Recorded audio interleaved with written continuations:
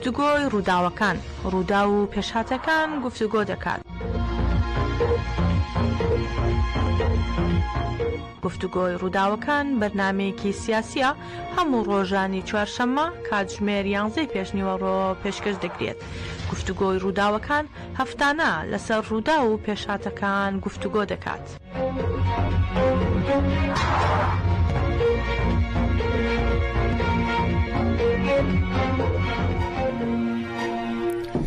ئەم کاتتان باش بیسەرانی هێژە بە یارمەتی هاوکارانم لە ڕادیۆی دەنگی گەلەوە بەرنامەیەکی نوێی گفتوگۆی ڕووداوەکانی ئەمڕۆتان پێشکەش دەکەیت. بیسەرمان بن.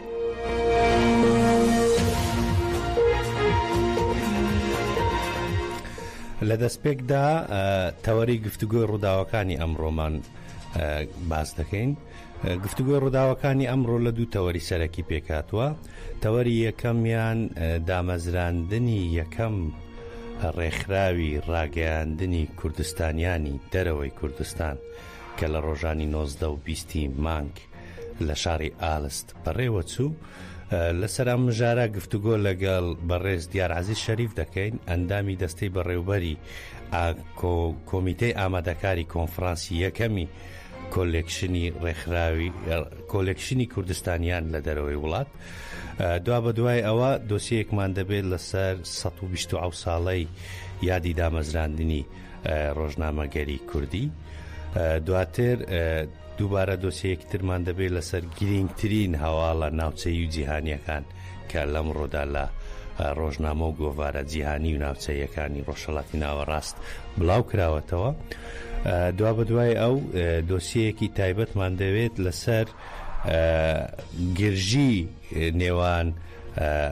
وەرزش دۆستانی یانەی نەورۆز و یانەی سلێمانی کە لە یاریگای نەورۆز لە سلێمانی دوێنێ بەڕێوە چوو هۆکار و دەرئەنجامەکانی باز دەکەین. گفتوگۆی ڕووداوەکان دەست پێ دەکات.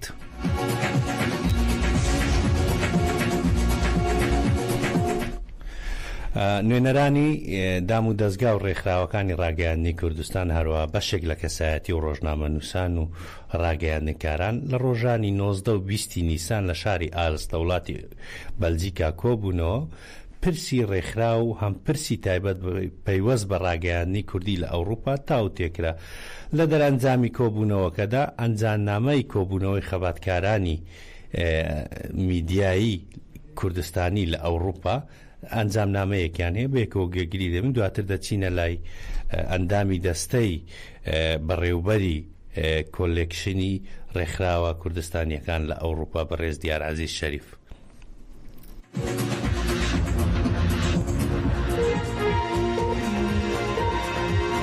کورد سەدان ساڵە خەبات بۆ ئازادی خۆی دەکات. بێگومان چاپەمەنی کوردی لەم خەباتەدا کاریگەری گەورەی هەیە. کورد لە سەرەتای دەرچوونی ڕۆژنامەی کوردستانەوە هەم باجی قورسی داوە، هەم لە خەبات و هەوڵەکانی لە بواری ڕۆژنامەگەریدا دەستکەوتی گەورەشی بەدەست دێناوە. ئەمڕۆ لە هەموو جیهاندا دەیان تەلەڤیزیۆن و سەدان ڕۆژنامە و گۆڤاری تایبەت بە کورد و کوردستانن. هەروەها بەپێی ئەم سەردەمەی کە ئێمەی تێدا دەژین لە تۆڕەکانی دیجیتال میدیادا کەسانی کوردن و چالاکن و جێگەی خۆیان گرتووە. جگە لەم پێژاتانەش بەشێک لە دام و دەستگا ڕۆژنامەوانیەکانمان لە هەر چوار بەشی کوردستان بەردەوامن لە کار و چالاکیەکانیان. لەمڕۆوە ماوەی چەند ساڵێکە کار و هەوڵدان بۆ ڕێخستن لە دەرەوەی وڵات بە تایبەتی لە ئەوروپا ئەنجام دەدرێت، بەڵام ئەم هەوڵانە هێشتا ئەنجامێکیان نەبووە. بۆیە نوێنەرانی دام و دەستگا ڕێکخراوەکانی ڕاگەیاندنی کوردستان هەروەها بەشێک لە کەسایەتی ڕۆژنامەنووس و ڕاگەیاندکارەکان لە ڕۆژانی 19 و 20 نیساندا لە شاری ئالست لە وڵاتی بەلجیکا کۆبوونەوە هەم پرسی ڕێکخراوی و هەم پرسە تایبەتەکانی پەیوەست بە ڕاگەیاندنی کوردی لە ئەوروپا تاوتوێکران. لەم کۆنفرانسەدا هەم بارودۆخی ئێستای کورد و کوردستان هەم بارودۆخی ڕۆژنامەگەری و میدیای کوردی بە وردی باسییان لێوەکرا. چەندین ڕەخنە و پێشنیاز و ڕاوەی بەنرخە بوون. لە کۆتاییدا هەموو بەشداربان جەختیان لەوە کردەوە کە ڕۆژنامەنووسانی کورد لە ئەوروپا دەبێت لە چوارچێوەی ڕێکخراوێکی ئازاددا کۆببنەوە بۆەوەی ئەو ڕێکخراوە بتوانێت ڕۆڵ و ئامانجەکانی خۆی بگێڕێت. لەم چوارچێوەیەشدا ئەم بڕیار و پێشنیارانە لە کۆنفرانسی 19 و 20 نیساندا دران. یەکەم ڕێکەوتن لەسەر کۆمەڵەیەکی یاسایی بۆ ڕێکخراوەکە کرا کە بارگاکەی لە بڕۆکسلی پایتەختی بەلجیکا بێت، توانای وەرگرتنی ئەندامانی هەبێت ئەندامی هەبێ ئەندامانی هەبێت لە هەموو وڵاتانی ئەوروپا ناوی کۆمەڵەکەش بەخۆی دەنگ وەک کۆلەکتیڤی میدیاکارانی کوردستان لە ئەوروپا پەسەند کرا. 3 بڕیار درا لژنەیەک لە 11 کەس پێک بێنرێت بۆ بەڕێوەبردنی کاروباری کۆلەکتیڤەکە. ئەم کەسانەی لە خوارەوە ناویان هاتۆ وەک ئەندامی لیژنەیە کۆمیتەی کار و خەبات بۆ بەڕێوەبردننی کار و خەبات هەڵبژێردراون. نیاز عەبدوڵڵا، هیدایەت ئیبراهیم، دیار عەزیز شەریف، ئامەد دجلە، ڕۆنی ئایلەم، ماکسیم دەمیرا، گوڵستان چیاییکە، ماهیر ئوزمەز، ڕۆژدا دەنە. 5 کۆمیتەی هەڵبژێردرا و دەستپێشخەری هەیە و دەتوانێت 2 کەس زیاد بکە بۆ دەستەی کارگەڕی یا کۆمیتەی بەڕێوەبەری. 6 کۆمیتەی بەڕێوەبەری بۆی هەیە بۆ بەڕێوەبردننی کاروبارەکانی بەگوێرەی بڕیار و گفتوگۆکانی کۆنفرانسی ئاڵست تا کۆنفرانسی دامەزرێنەر کە دواترین کات لە پاییزی 2025 دەبێت بەڕێوە بچێت. 20 نیسانی 2025 ئاڵست بەلجیکا.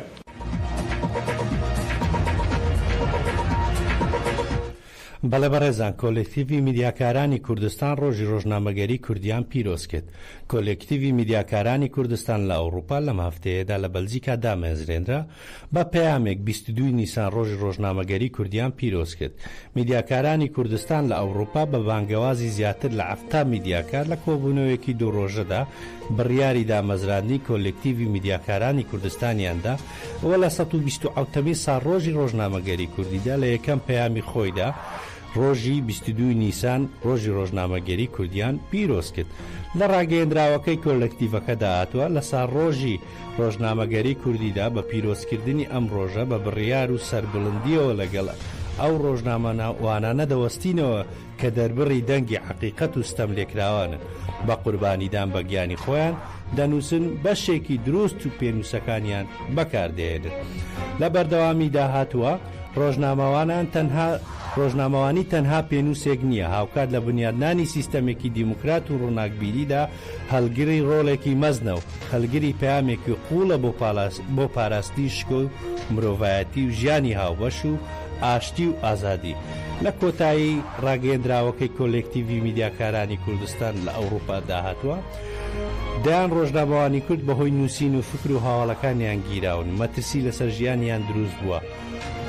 بۆ بە جێبەجێکردنی دادپەروی کۆتایی هێنان بە بێسزاهێشتنەوە لە ڕووی ڕێخستنی یاساییەوە بکەونەوە هەوڵدانەوە. خواستمان جێبەجێکردنی ئەو یاسایانەیە کە ئازادی ڕاگەیاندن دەپارێزن و بکوژی ڕۆژنامەوانان لە دادگاکان دادگایی بکرێن. یاسا نێودەوڵەتیەکان کە ئازادی فکر و دۆخی سەلامەتی بۆ ڕۆژنامەوانان دائافرێنن پێویستە بەبێ هیچ کەم و کوڕیەک وەکو خۆیان جێبەجێ بکرێت.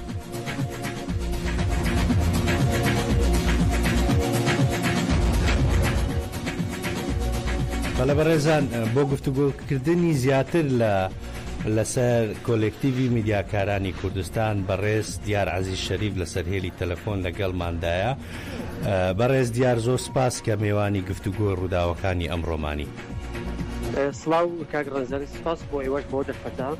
سڵاو لە بیسەرانی ڕادیۆکەتان. بەڵێ کاک دیار، ئەگەر دەست لەم پرسیارەوە دەست پێ بکەین، بۆچی دوای زیاتر لە 30 ساڵ یەکەم جارە میدیاکارانی کوردستان لە دەرەوەی وڵات بەیەکەوە کۆ دەبنەوە و بیر لە دروستکردنی دەستگایەکی هاوبەشی پاراستنی میدیا و میدیاکاران دەکەن؟ ڕاستەکەی ڕەنگە پێشتر هەوڵی لەو شێوە درابی یان ئەوەتە میدیای کوردی دەمێکە لە دەرەوەی وڵات بەتایبەتی لە ناوەندی ئەوروپا زێی خۆی گرتووە و کاریگەری خۆی داناوە، بە تایبەتی لەگەڵ دەرکەوتنی تەلەڤیزۆنی میدیا مەک تیڤی ئینجا پاشانیش بەڵێن کار و خەباتی ئەو گوتارە یان ئەو ئاڕاستە میدیایە میدیای ئازاد درێژەی کێشاوە و بەردەوام بووە لەسەر ناوی زیاترە. بەڵام پێویستیەکانی ئەوەی کە بەڵێن لەگەڵ زۆربوونی ژمارەی ڕۆژنامەنووسانی کورد لە ئەوروپا بەهۆی دەربەدەری ئەوەی ئەو زەرورەتی هێناوەتە پێشەوە، بەتابەت لە سەردەمی ئەمڕۆ کە لەگەڵ دیجیتال میدیاش کاریگەریەشی زۆری خۆی داناوە، با بڵێن کوردیش ڕۆژنامەنووسانی کوردیش بە شێوە لە شێوەکان زێی خۆیان تیاگرتووە. هەموو ئەوانە ئەو با بڵێن پێویستە هێنا پێشەوە کە هاوشان لەگەڵ گۆڕانکاریەکان و پێشکەوتنەکانی دۆزی کورد لە ڕووی سیاسیەوە هەموو ئەوانە ئەوەی هینا پێشەوە کە با بڵێن میدیاکارانی کورد لە ئەوروپا لێک نزیک بنەوە یان بیر لە دامەزاندی ناوەندێک بکرێتەوە هەم بۆ نزیکردنەوەی ڕۆژنامەنووسانی کورد لە ئەوروپا هەم بۆ کاریگەری یان دروستکردنی پردێک بۆ لەگەڵ ڕۆژنامەنووسانی ناوخۆی وڵات. بەڵێ کاک دیار وەکو جەنابەت باست لەوە کرد ینی دروستکردنی دەستگایەکی لەو شێوە کۆلێکتیڤی میدیاکارانی کوردستان زەروریەت بوو بەڵام ئەگەر لە ڕابردوو نەکرابێ لە ئێستا زەروریەت بێ لە داهاتوو ئەم کۆلێکتیڤە دەتوانێت چی بۆ میدیاکارانی کوردستان لە دەرەوەی وڵات بکات و یاخود لە ناوەی وڵات چۆن دەبێت بە سەپۆرتێک بۆ ئەوانیش. لە دەروی وڵات ئەوەی کە ئەو ناوەندە چاوەڕوانی لێ دەکرێت بیکات ئەوەیە ئەو میدیاکارانی کورد کە لە ئەوروپاتن ڕاستە بەشێشیان ژمارەیەشیان لە دەستگاکانی ڕاگەاندنی با بڵێن کوردی لە ئەوروپا کار دەکەن بەڵام بەشێشی دیکەیان بە شێوەی سەربەخۆ با بڵێن کار دەکەنیان ئەوەتە پەرت و بڵاو بوونە اینجا ئەو دەستگای دەتوانێت یەکەم شت با بڵێن کۆکردنەوەی لێک نزیکردن ئەو ڕۆژنامەنووسانە کاریگەری با بڵێن ئیشەکە بەو شێوە دەبیتن کە بۆ ئەوەی زیاتر با بڵێن دروستکردنی دایلۆگ لە نێوان ڕۆژنامەنووسان خۆیان ئەوەیان یەک و خاڵی دوو هەم کە ئەو ڕێکخراوە بتوانن بیکات پێشخستنی توانا و لێهاتوەکانی ڕۆژنامەنووسانی کورد لە ئەوروپا چ لە ڕووی با بڵێن شارەزایی و خولی ڕۆژنامەنووسی چ لە ڕووی خولی زمانەوانی کە لە وڵاتی کەتیدا کار دەکاتن هەموو ئەوانە پێویستیەکەن کە ڕۆژنامەنووس پێویستە مەسەرن بۆ نەتوانەکانی خۆی لێهاتوەکانی خۆی چ لە ڕووی زمان چ لە ڕووی ڕۆژنامەنووسی پێش بخات ئەو ناوەندە هاوکار دەبی پشتیوانێک دەبی بۆ ڕۆژنامەنووسانی کورد لە ئەوروپا لەمڕۆوە و هەروەها بۆ ناوخۆی وڵاتیش دروستکردنی پەیوەندیەک یان ئەو ڕێکخراوە دەتوانێت هاوشان لەگەڵ ڕێکخراوە نێونەتەوەیەکانی داکۆچیکردن لە ماف و ئازادیەکانی ڕۆژنامەنووسان ئەو ڕێکخراوە دەتوانێت هەموو ئەو پێشەلکاریانەی کە لە بەرامبەر ڕۆژنامەنووسانی ئازاد لە ناوخۆی وڵات دەکرێت دۆکیۆمنت بکە ئیش لەسەر بکە و لەگەڵ ڕێکخراوە نێونەتەوەیەکان لە پەیوەندی دابیتن بۆ ئەوەی ئەو پێشەلکاریانەی سنوورێک بۆ ئەو پێشەلکاریانەی لە بەرامبەر ڕۆژنامەنووسانی ئازاد لە ناوخۆی وڵات دەکرێت دابدرێت. بەڕێز دیار جەنابتان یەکێکن لە ڕۆژنامە دیارەکە ڕۆژنامەنووسە دیارەکان ینی دایمەن پرسیارێک کە ڕوبەڕووی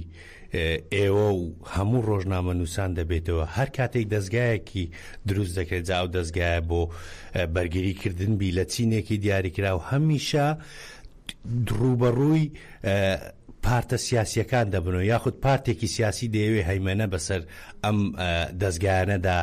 بسەپێنێت یاخود ببێت بە پاشکۆی ئەم دەستگایانە بۆیە پرسیارەکە لێرەدا ئەوەیە کۆلێکتیڤی میدیاکارانی کوردستان لە ئەوروپا چۆن دەتوانێت تەنها ببێت بە ناوەندێکی پیشەیی بۆ بەرگریکردن لە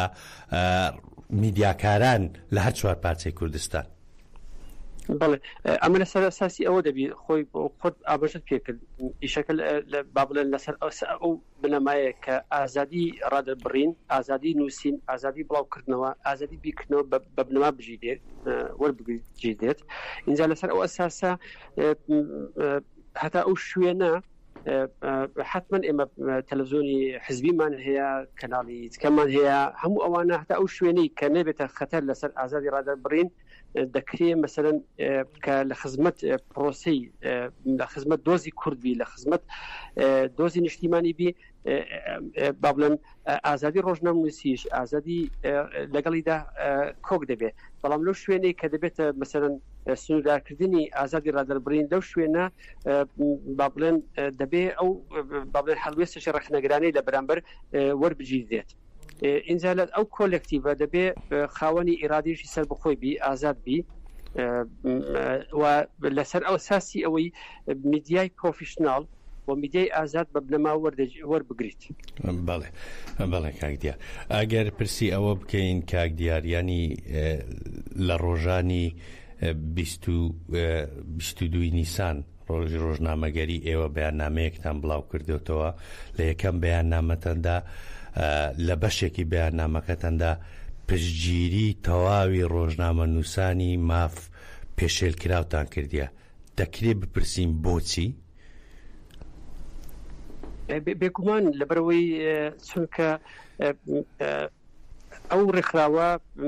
بەدەل لە هەر ڕنگ و دەنگێکی جیاواز دوازە ڕۆژناموسەکە بە بڵێن بە بنەما وەردەگریت ئەو ڕۆژناموسە لە هەر شوێنە کار بکە بەڵام بە مەرجێک ئەو ڕۆژناموسە بێگومان دەبێ پرۆفشناڵانە کاری کردبی و مەسەلەن بۆ منە ئیتیکی ڕۆژناموسی و ئەخلاقی ڕۆژنامەگەری بە بنەماوەگربی هەموو ئەوانە وا دەکات ئەو ڕێکخراوە خۆی بە پرسیار بزانی لە داکۆچیکردن لە پژیکردن لەو ڕۆژناموسە کە پەیامێکی هەیە ئەویش پەیامی پیرۆزی ڕۆژناموسیە پەیامی ئیشکردن لەسەر ڕاستیەکان پەیامی ئیشکردنە ڕوبەڕبوونەوەیە بەرامبەر بە زوڵم و ستەمکاری هەموو ئەوانەیە وا ڕووناچی خستنە سەر تاریخیەکانە هەموو ئەوانە وەزیفەی ڕۆژناموسە بێگومان لەوەشدا کە ئەو بەیانەدا دەکرێت لەسەر ئەساسی ئەوەیە هەموو ئەو ڕۆژناموسانەی لە سیستەمێکی ستەمکاری بێگومان ئەو ڕۆژناموسانە ڕوبەڕووی ئەشکەنجەدان یا ڕوبەڕووی پێشکاری دەبنەوە کە ئیش لەسەر ڕاستیەکان دەکەن ئەگەرنا ئێمە دەیان لەشکرێک من هەیە لەوانەیە لە ڕۆژناموسان بە تایبەتی لە هەرێمی کوردستان کە هەموو وەکو فەرمانبەری حزبی وەکو فەرمانبەری حکومی دەوام دەکەن لە دۆزگایانە نەک ئیشیان با بڵێن ئاشکراکردنی ڕاستیەکانە بەڵکو ئیشیان دوازار شاردنەوەی ڕاستیەکانە ئەگەر بەدەر لە ڕێکخراوەکەی ئێوە کە جەنابتان ئەندامی دەستەی دامەزراندنی ئەم ڕێکخراوان ڕەوشی ڕۆژنامەگەری بە تایبەت لە باشووری کوردستان لە ژێسایی حکوومەتی ماوە بەسەرچوو حکوومەتی هەرێمی کوردستان لە ئێستادا چۆن دەبینی؟ ڕەوشی ڕۆژنامەی کوردی لە باشووری کوردستان لە ڕووی چەندایەتیەوە گەر تەماشا بکەین ڕەنگە هیچ وڵاتێکی دەوروبەریش نەک وڵاتانی دەرەوە ئەوەندە دەستگای ڕاگەاندنیان نەبێ هەروە لە زگاکانی ڕاگەاندن لە ژمارەیان لە زۆریدایە بەڵام ئەوانە هەموو لەسەر ئەساسی چۆنایەتیە هەروە دێ لایانی چۆنایەتی و ناوڕۆکی ڕۆژناموسی لە باشووری کوردستان لە پاشەکشەدایە هۆکارەکەی بۆچی دەگەڕێنیەوە کاک دیار هۆکارەکەی بۆ ئەو دەسەڵاتە حزبی و بنەماڵەیە کە لە باشووری کوردستان هەیە کە دەستی بەسەر هەموو شتەکان داگرتووە ئەمڕۆ جاران میدیای حزبی هەبوو لە باشووری کوردستان دوای پاشە میدیای بنەماڵەیی هات دوای میدیای باڵەکانی ناو حزب هات دوای پاشە میدیای شخصی هات هەموو ئەوانە وای کردووە ئەمڕۆ زۆرێک میدیایی لە باشووری کوردستان هەیە دەکرێت ناوی لێ بنێن میدیای مافیایی چونکەم ئەو میدیای لەسەر ئەساسی چی لەسەر ئەساسی قوت و داهاتی دزراوی خەڵکی کوردستان بەڕێوەدەچی هەموو جاری خۆی کاتا پێشان ئەوە هەبوو با بڵێن ڕوودا و هەبوو کە خەڵک بە کەناڵی نەوت ناوی دەبن ئێستا دەیان دەستگایتکە هەیە ئەوانە هەموو ئەوەیە وای کردووە بەڕاستی با بڵێن ئەو دەسەڵاتی ئەوێ توانی لە بەهاو نرخی ڕۆژناموسیشدا وەکو بڵێن پەیامێکی پیرۆز بەڵێ کاک دیار ئەگەر پرسی ئەوە بکەین ینی لە ساڵیادی ڕۆژنامەگەری کوردی دوێنێ هەموو ئەو کەسانەی کە پێشێلکاری مافی ڕۆژنامە نووسان و میدیاکارانن لە کوردستان لە پێشەوەی ئەو کەسانە بوون کە بەیاننامەیان بۆ ڕۆژی ڕۆژنامەگەری کوردی دروست دەکرد ینی بە دیاریکراوی دەمێ پرسیاری ئەوە بکەم دوای ئەو هەموو ساڵە دروستکردنی ئەو هەموو دۆسیە جیاوازە بۆچی دەبێ ڕۆژنامە نووسێکی وەکو شێروانی و قارەمان شکری تا ئێستا لە زیندامن سەرەڕای ئەوەی ئەو هەموو راپۆرتە نێودەوڵەتی ئەو هەموو دام و دەستگای نێودەوڵەتیە کە بێتاوانی ئەوان دەسەلمێنێت و بێباچی حکوومەتی هەرێمیش بەرامبەر بە ئازادی ڕادەربڕین نیشان دەداتن. بەڵێ کاکڕێزەر تابان وەکو باسم کە پێشتێش ئەوە با بڵێن بوونی یان شێروانی و قارەمان شکری و ئومێد بەرۆشکی ئەمڕۆکە لە زیندانە و شێروان ساڵانێکە لە زیندانە نیشانەی ئەوەیە کە بڵێن میدیای ئازاد و هەر کەسێک بێوێ با بڵێن ئیشی ڕۆژناموسی ئیشی ڕاستەقینی ڕۆژناموسی لەوێ بکات ڕوبەڕووی ئەو چارنووسە دەبێتەوە ئەو دەستگایانێک کە دوێنش مەسەلەن چێ وازیهەی ئەوەیە سندیکای ڕۆژناموسانی کوردستان سندیکای ڕۆژناموسانی کوردستان لە فەیسبووکیش باسکرا بە حرفێکی ئاماژەی بە شێروانی و هاوڕێکانی دەکرد لە زیندان کەواتە ئەوە هەر هەمووی ئەوانە پرسیار دروست دەکات لەسەر ئەوەی لەسەر ماهیەتی ئەو دەستگایانە ماهیەتی حکوومەتە و ماهیەتی سندیکای ڕۆژناموسان خۆشی لە بەرامبەردا ئەوانەی کە با بڵێن وەکو باسمان کرد کە لە میدیای سێبەرن کە لە میدیای حزبینە طبعا ئەوانە بە هیچ شێوەیەک ئەوانە ئەوە پیشاندن دەیان ئەوە پیشاندن کە کوردستان مەسەلەن بۆ ئازادی ڕۆژنامەگەری تێدا بەرقرارە و دەستگاکانی نێودەوڵەتیش دەبنێوێت وا پیشاندن بەڵام ئەوانە وەکو هەواڵەکانیان هەموو شتی ساختەیە هەموو شتی فەیکە ئەوەی ڕاستیە ئەوەیە کە شێروان و هاوڕێکانی ئێستا لە ناو زیندانن. بەڵێ ئەگەر پرسیەوە بکەم ئەمە وەکو دوایین پرسیاریش بێت ینی لە باشووری کوردستان دۆخێکی سەر لێ شێواوی ڕاگەیاندن و وەکو جەنابەت باست کرد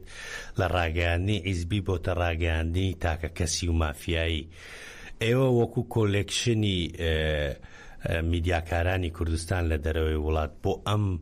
سەر لێ شێواویە یاخود بۆ ئەم گەڕە لاوژەیە لە بواری ڕاگەیاندنی کوردی لە باشووری کوردستان دەتوانن چی بخەنە سەر ڕێخستنەوەی ئەم سەر لێ شێواوەی لە باشووری کوردستان بە تایبەت هەیە؟ بەڵێ خۆی ئەو ڕێکخراوە یان تەنانەت هەر دەنگێک کە جیاواز بی لەو سەر لێ شێواویە لەو سەکۆی کە لەوێ هەیە کاریگەری خۆی دەبێت ئینجا کاریگەری چەندە ئەویان دەمێنێتەوە سەر ئیشکردن و سەرزەمەن و سەر بەڵەن توانەکان بەس دەتوانیت تۆ ئەلتەرناتیڤێک پێشکەش بکەیت کە لە ڕێکخراوەدا یەک لە بەڵێنلاوانی پەیامەکانی ئەو ڕێکخراو ئەو بیتن دەتوانی ئەوە ڕۆژنامەنووسانی بەڵێن باشووری کوردستان کە تووشی ئەو قەیرانە ئەو جێژاوە بوونە کە دەیان ڕۆژنامە زوازی لە کار هێنابی دەتوانن لەسەر ئەساسیەوە ینی پەیام و ناسنامەی ئەو کۆلێکتیڤە دیارە هەر کەس دەتوانی مەسەلەن بۆ نمونە ئەگەر پێداچوونەیەک بە دۆخی ڕۆژنامەنووسی بکاوە وێنەکان بینی ڕەنگە بتوانێت لەسەر ئەو ئەساسە نزیک بێتەوە ڕەنگە لە ئێستادایان لە ماوەیە نەتوانرێت زۆر شت بکرێت بەڵام بە شێوەشی سەرەکی ئیشی ئەو ڕێکخراوە ئیشکردن لەسەر ئەو ڕۆژنامەسەری کە بڵێن پراگەندە بوونە یان هاتنەتە دەروی وڵات کە بەشێکیان ڕۆژنامەنووسانی باشووری کوردستانن. بەڵێ بەڕێز دیار عەزیز شەریف ئەندامی دەستەی ئامادەکاری کۆلێکشنی میدیاکارانی کوردستان لە ئەوروپا زۆر سپاس کە میوانی گفتوگۆ ڕووداوەکان هەگەر شتێکت مابی بە دەقەیەک سوپاست دەکەین. زۆر سپاس کاک ڕەنزەر من بەس ئەوم ماوە کە بەو هیوایی کە بتوانین هەر هەمومان بتوانین وێنەیەکی جوانی میدیای کوردی پێش بخەین و بە تایبەتی ئەوە هەوڵ و توانایشی زۆر هەیە کەسانێکی زۆر هەیە کە بەڵێن بە شێوەیەکی پرۆفشناڵانە کار دەکەن بتوان ئەو توانایانە لێک نزیک بکەوە بێگومان لە داهاتوودا کاریگەریش زۆر دابێت هەم لەسەر میدیای کوردی هەم لەسەر هوشیاری تاکەکانی کوردستان بەگشتی. بەڕێز دیار عەزیز شەریف زۆر سپاس کە میوانی گفتوگۆ ڕووداوەکانی ئەمڕۆمان بووی کاتێکی خۆشتان هەوێت. زۆر سپاس بۆی باش کاک ڕەنزەر کاتێش خۆش.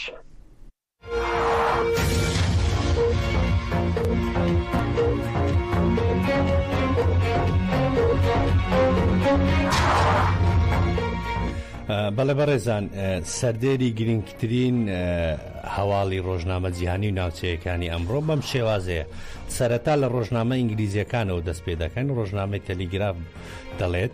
جۆرێک لە پشکنینی خوێن 12 جۆری شێرپەنجە دیاری دەکات هەروەها ڕۆژنامەی تایمز لە گرنگترین سەردێریدا باسی ئەوەی کردووە بازەکانی ئەمریکا کاریگەری دەخەنە سەر بازارەکانی کاری بەریتانیا هەروەها ڕۆژنامەی گاردیان دەڵێت دیدارێک لەبارەی نادڵنیایی رووسیا لە ئاگربەستی ئۆکراین بەڕێوە دەچێت هەروەها ڕۆژنامەی هانا ئێرتێز دەڵێت کۆتایی شەڕی غەزا نزیکە هەروەها گرنگترین سەردێری ڕۆژنامە عەرەبیەکانیش بەم شێوەیە ڕۆژنامەی سەباح دەڵێت سوودانی لە پێناو ڕوانگەی پێشکەوت و خوازانە و بەرژەوەندی باڵاکانی عێراق کار دەکەین هەروەها شەرقل ئەوسەد لە گرنگتی سەردێریدا دەڵێ پێشنیارێکی نوێ بۆ ئاگربەستی غەزە دەکرێت هەروەها ڕۆژنامەی قودسی عەرەبی دەڵێ ئێران و بەرهێنانی تریلیۆنێک دۆلار چاوەڕوانی کۆمپانیا ئەمریکیەکان دەکات هەروەها گرنگترین سەردێری ڕۆژنامەی عەرەبی جەدیدەش دەڵێت پێش هاتنی ترامپ بۆ ڕۆژهەڵاتی ناوەڕاست هەوڵی کۆتایی پێهێنانی شەڕ دەدرێت گرنگترین سەردێری ڕۆژنامە فارسیەکانیش بەم شێوازەیە ڕۆژنامەی ئەکناس دەڵێت کێشەی زبڵ و خاشاک هەڕەشەیە لەسەر ژینگە و پێویستی بە ڕێکاری نوێ هەیە هەروەها ڕۆژنامەی باختە دەڵێ مامۆستایەک لە کرماشان بەهۆی لێدان لە خوێندکارانەوە ڕوبەڕووی لێپرسینەوە دەبێتەوە. هەروەها ڕۆژنامەی ئارمانی ئیمڕۆز لە گرنگترین سەردێریدا دەڵێت نرخی کارەبا بەرز دەبێتەوە و کاریگەری لەسەر بژێوی هاوڵاتیان دەکات. هەروەها ڕۆژنامەی ئەبرار لە گرنگترین سەردێریدا دەڵێت کانی زێر ڕیکۆردی وەبەرهێنانی لە ئێراندا شکاندووە.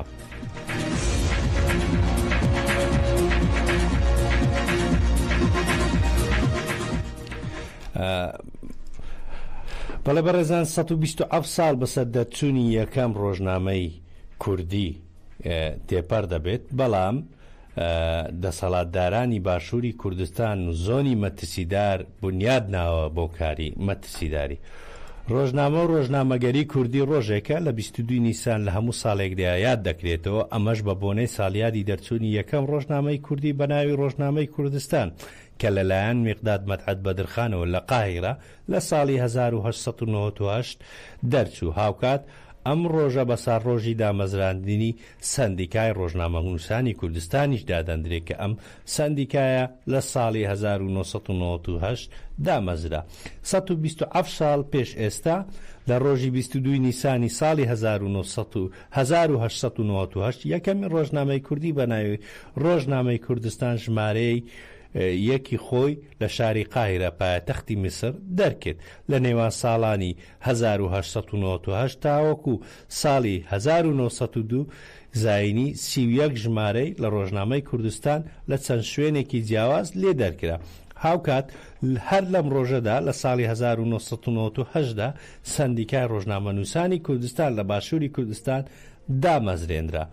ڕۆژنامەی کوردستان لەلایەن میقداد مەدحەت بەدرخانەوە دەردەکرا و بەشێکی بابەتەکانی ڕۆژنامەکەش بۆ هۆشیاری نەتەوەی و لایەنەکانی مێژوو وێژە کەلتوری کوردی تەرخان کرابوو. هەر بۆیە بە نهێنی ژمارەکانی دەگەیشتە کوردستان. لە دوای ئەو مێژووەوە زۆر گۆڕانکاری بەسەر بزاوتە ڕۆژنامەگەری و ڕۆشنبیریە کوردیەکان داهاتوە، واتە زۆر قۆناغی جیاجای بەخۆوە بینەوە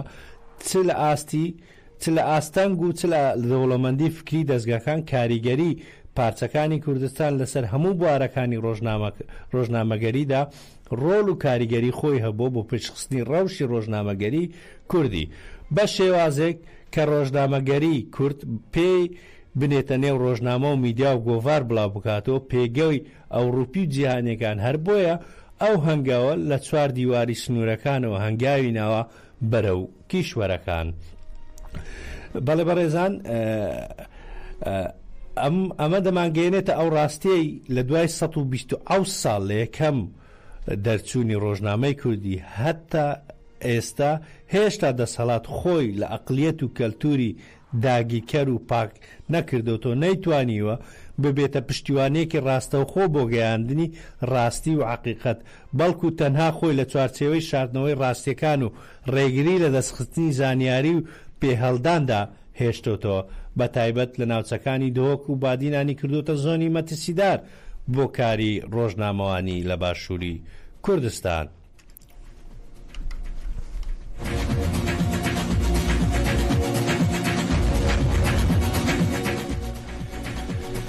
لە کاتی بەڕێوەچوونی یاری نێوان یانەی وەرزشی نەورۆز و یانەی وەرزشی زاخۆ لە یاریگای نەورۆز لە سێمانی گرژی و ئالۆزی لە نێوان هاندەرانی هەردوو لا دروست دەبوو، کەمە سەردێری گرنگترین ڕووداوەکانی دوێنەی ڕۆژنامە و گۆڤارەکانی باشووری کوردستان بوو. لە تەندروستی سلێمانی لە ئامارێکی جیاواز لەبارەی گرژی و ئالۆزیەکانی شەوی ڕابردووی سلێمانیەوە ئاشکرا دەکا. بەڕێوەبەرایەتی گشتی تەندروستی سلێمانی ئاشکرای دەکا شەوی ڕابردوو لە کاتی بەڕێوەچوونی یاری نێوان یانەی وەرزشی نەورۆز و یانەی وەرزشی زاخۆ لە یاریگای نەورۆز لە سلێمانی گرژی و ئالۆزی لە نێوان هاندەرانی هەردوولا دروست بووە، بەهۆیەوە 62 هاوڵاتی بریندار بوو. تەندروستی سلێمانی دەڵێت لەلایەن تیمەکانی فریاکەوتنی خێراوە چارەسەری پێویست بۆ 25 بریندار کراوە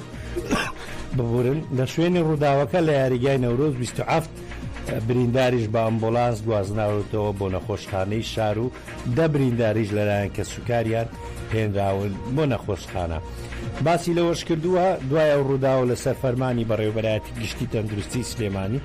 سەرجەم بەشەکانی فریاکەوتن خراونەتە حاڵەتی ئامادەباشی بۆ پشتیوانیکردن لە برینداران و چارەسەرکردنیان و چارەسەری پێویست بۆ سەرجەم برینداران کراوە و نەشتەرگەری بۆ بریندارانیش ئەنجام درراوە. ئەوەش هاتووە سەرجەم بریندارەکانی یاریگای نەورۆز گەڕاونەتەوە ماڵەکانی خۆیان تەنها یەک بریندار نەبێت لە نەخۆشخانە ماوەتەوە کە نەشتەرگەری بۆ کراوە، بەڵام دۆخی تەندروستی ئەو برینداراش جێگیرە. ئەم ئامارەی تەندروستی سلێمانی لە کاتێکدایە بەشێکی زۆر لە میدیاکان ئاماژەیان بۆداوە 32 کەس چارەسەریان بۆ کراوە لە نەخۆشخانەکان بەهۆی گرژی نێوان هاندەرانی هەردوویانە کە بریندار بوونە.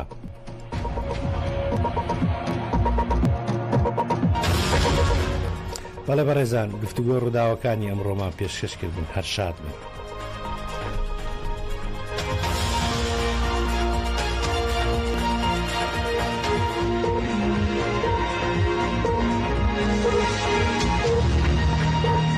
گفتوگۆی ڕووداوەکان، ڕوودا و پێشهاتەکان گفتوگۆ دەکات.